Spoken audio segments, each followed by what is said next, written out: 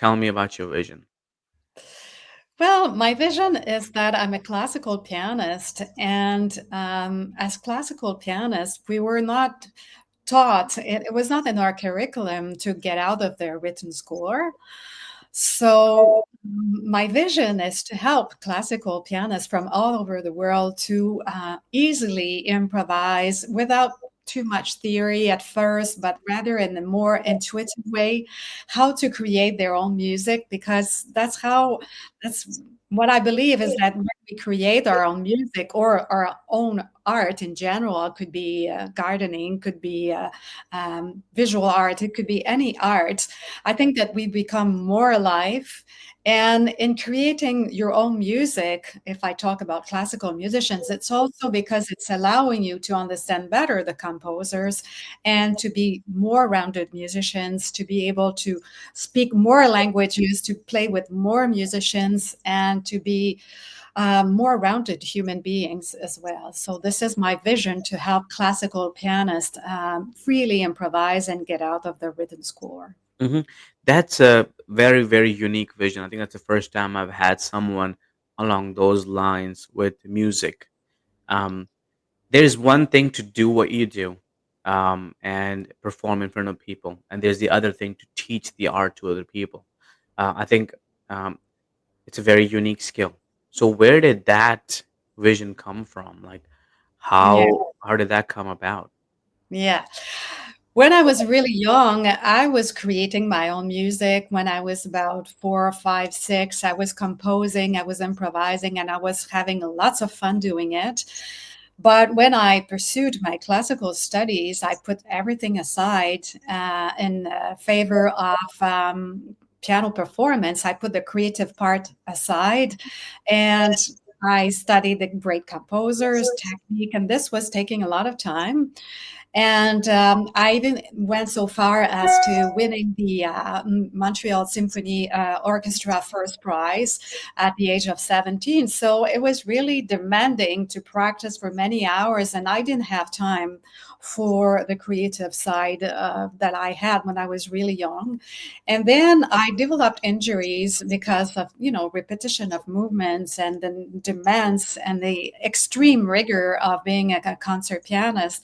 I developed injuries and I couldn't play anymore.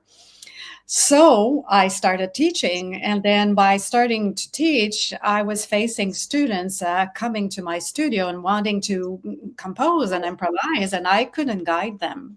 Mm. And I felt frustrated also because I saw, for years I've been studying and playing great, really complicated music, but I couldn't invent or create something very simple. And when people are asking you in a party, to play something, you don't necessarily want to play Mozart sonata.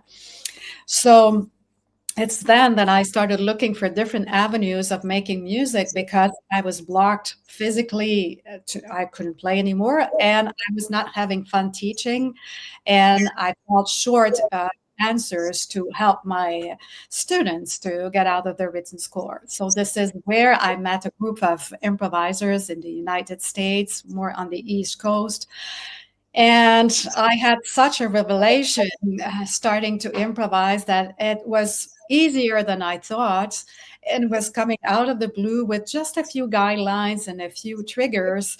And I could improvise in different styles. I could find my own style, which I found priceless. So it was like a huge revelation for me. And when I came back from these workshops, I was transmitting all this knowledge to my students, and we started having way more fun in our lessons because they became more alive, those lessons. Because when you improvise, you have to try a theory concept right away on the spot and you master it more and you live the music from the inside, which is the important key. So that's how I decided to finish to complete a 4-year program in improvisation, but not so much because of the certificate. It was more because I had so much fun doing it. And this is why, I want to teach it today to people because it transformed my life. Since then, I've been releasing piano album, solo albums of improvisation. I've been composing songs. I've been composing piano solo music, and that came all from improvisation.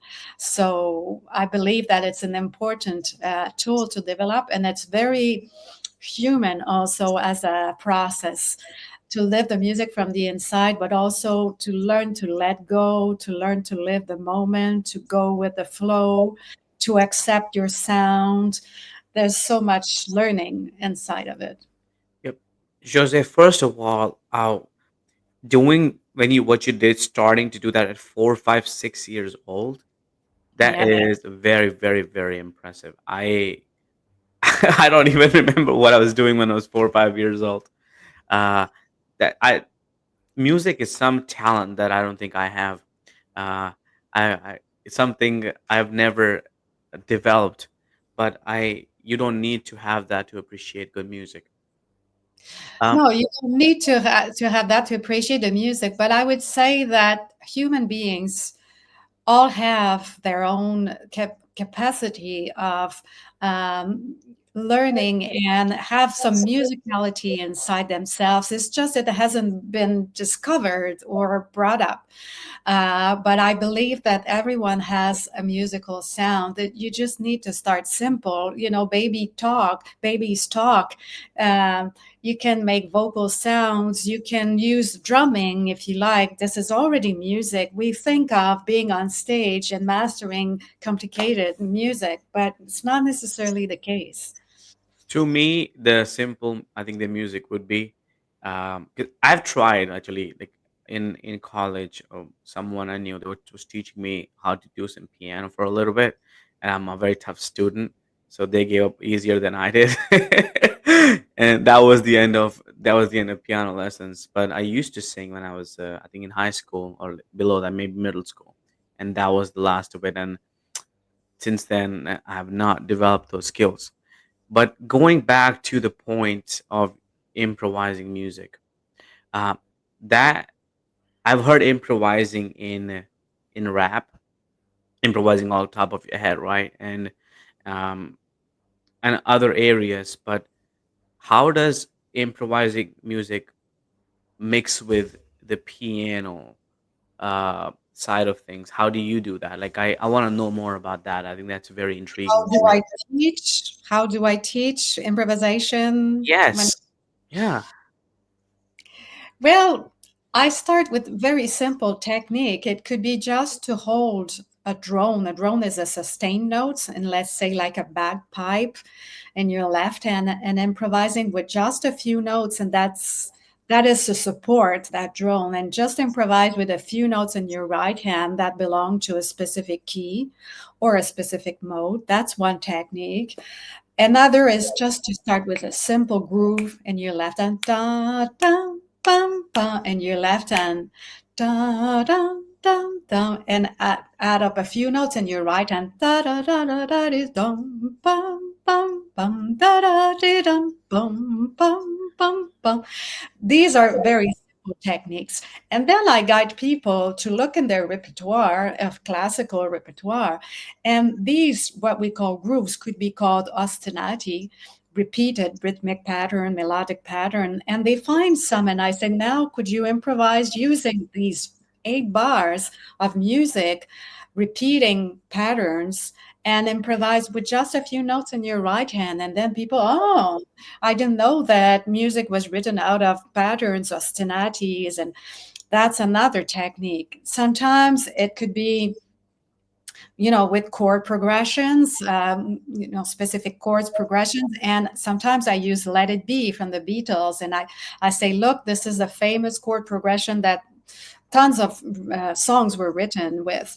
And so we go through that chord progressions, like let's say 4 chords in a row, and then a few notes in your right hand, you can improvise a melody. So there's many ways. I teach a little bit about how to improvise in the classical style, how to improvise in world music. I have books also, very simple books, not too much theory, with already given patterns and a few notes to guide the students.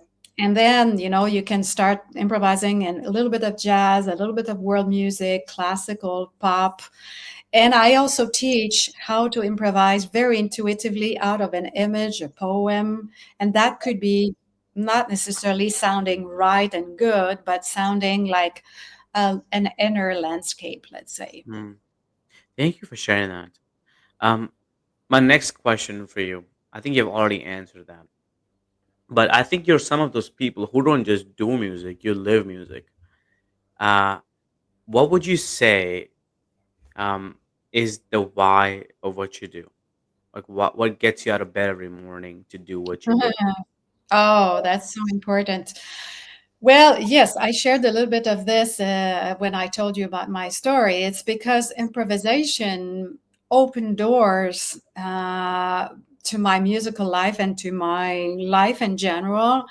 And it has enlarged my vision of music, and it has brought the fun back that I, lost along the way, because classical musicians are so, you know, it's like ballet dancers, like it's really strict and rigorous, and then it's very demanding, and sometimes we lose the fun.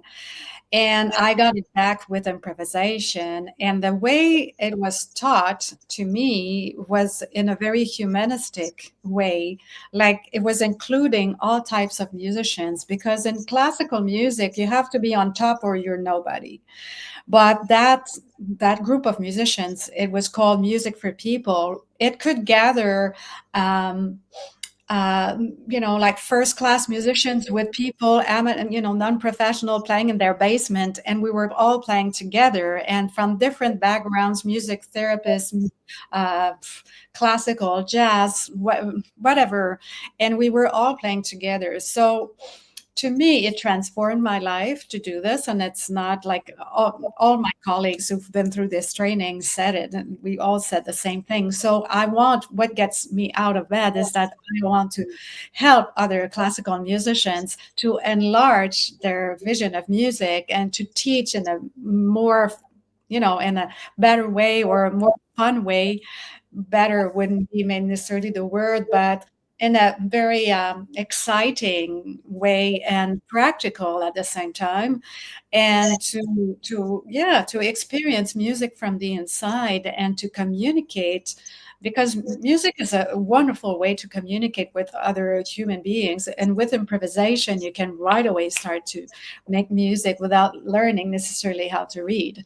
So this is why I really do it, to help other musicians to experience what I experienced through it, and that keeps me still alive as a musician. That's awesome. I first I agree with you that music is also a very another good way of communicating with people. Um, there's so many times where people can just stay at a place and just feel, and and sometimes people don't even speak the same languages when they're listening to music. It doesn't have to be just tune. I think they can feel a lot of stuff that goes on. I don't know what rhythms those are. I don't know how that exactly works, but I know it works because I Yeah. felt it my way.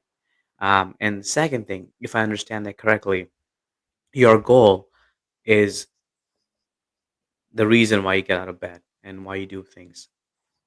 Because classical music, I want to say, has its way, and there's a lot of repetition involved, and there's a lot of patterns you have to follow, and it can get um, tiring, maybe boring, and there's a lot more. So you have improvisation for you is brought out of the way to make it more fun, enlightening, and um, maybe more encouraging. Is that did I hear that right, or would you want to add or remove something from that?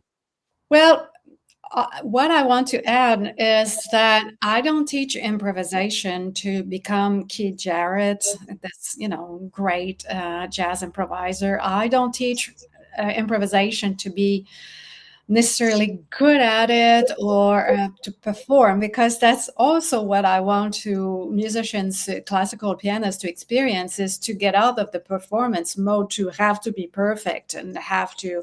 And I believe that the way I teach improvisation is also to express themselves. And that's the most important key, is to release emotions, is to have a reflection back of who they are when they improvise, and that, oh, that came from me. And I don't know why, but it came out this way. And it's a release.